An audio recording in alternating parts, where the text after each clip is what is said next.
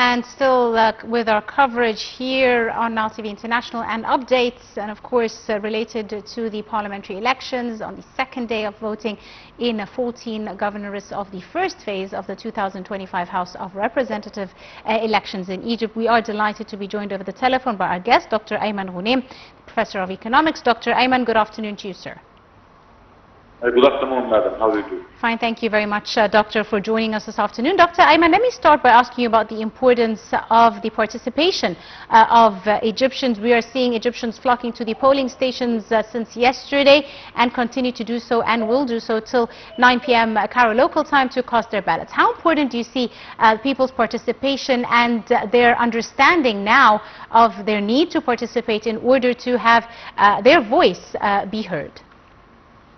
Well, actually, the Egyptian Constitution, Article number 4, states that the people is the source of power, and the people must exercise their power through the practice of different constitutional entitlements and political entitlements, and the most notable of which is voting in the parliamentary elections, especially in the House of Representatives. Yes. Because as we know, Egypt has a bicameral parliamentary system.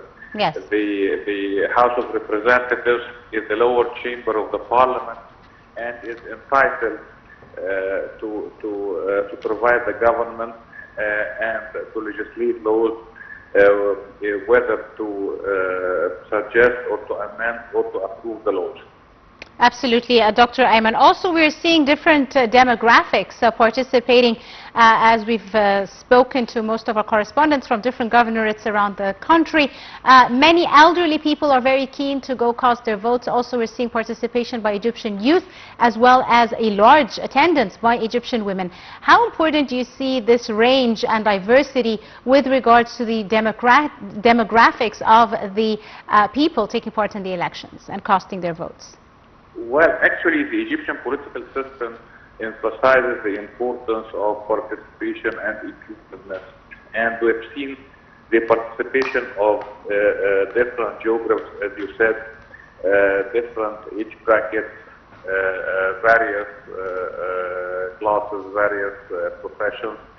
Also, the Egyptians abroad have been actively participating in the elections. And here I have to add that the new election law, it states that the Egyptians abroad, they have to participate physically in the elections. They have to be present and to vote in the embassies, because in previous decades they used to vote through mail, and so their votes could have been manipulated by other parties. But now the process is transparent and is fair, and that's why it encourages all the parties to participate.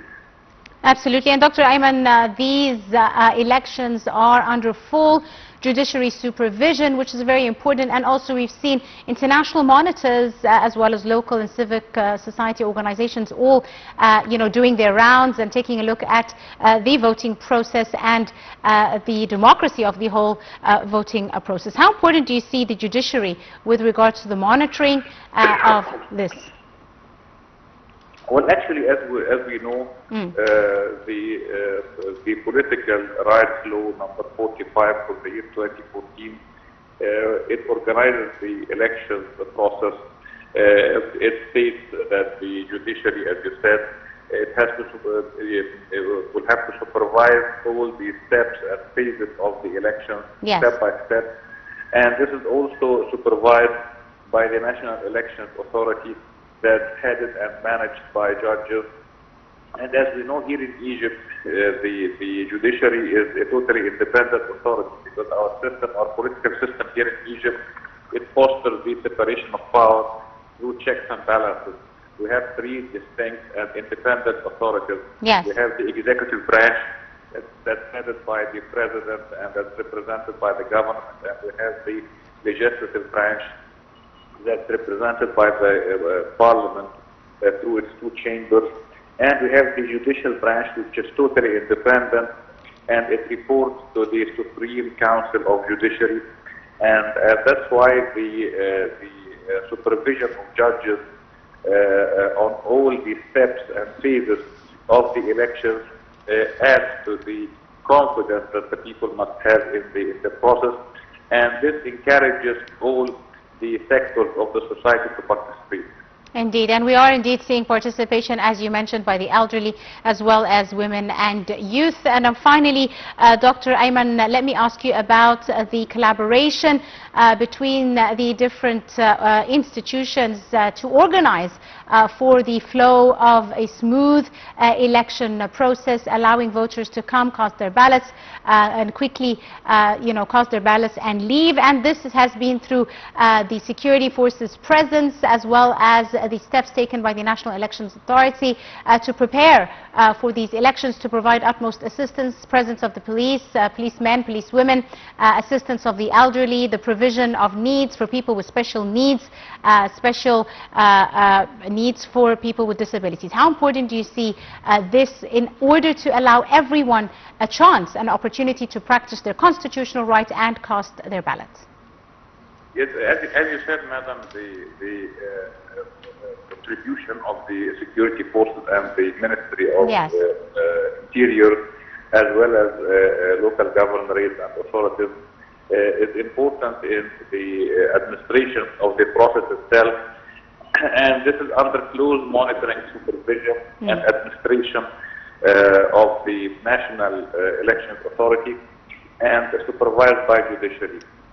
Here we have to also recognize and acknowledge the political awareness of the Egyptian people, and their appreciation of the importance of participating in such elections. Absolutely. Especially that our election system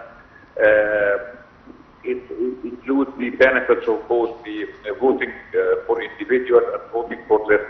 Because as you know, we have like 596 seats now in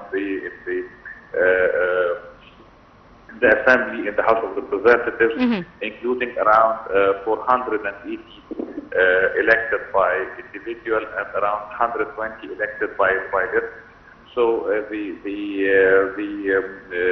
480 elected by individual seats, this fosters the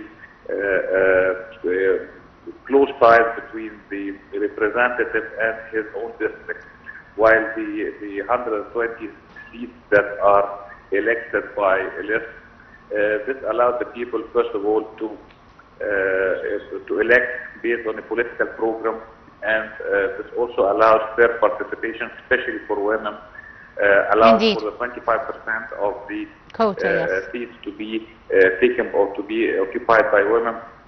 And also it allows the formation of voting blocks inside the assembly, and so facilitating to have majority and to vote easily on different bills, and to allow the government to pass the necessary laws and decisions. So actually the system itself fosters both the inclusiveness as well as the political efficacy. Absolutely. I'd like to thank you very, very much, our dear guest, Dr. Ayman Ghoneim, Professor of Economics, and our guest for the afternoon. Thank you very much, sir, for your time and your insight, and for joining us. And with that, ladies and gentlemen, we wrap up the afternoon's Panorama News, but do stay tuned for more updates coming your way. You're in the company of myself, Angie Meher, as well as Ayman Mukhtar. Thank you very much, Ayman. Thank you very much, Angie. Thank you very much, ladies and gentlemen. Please stay tuned for more updates on Nile TV International.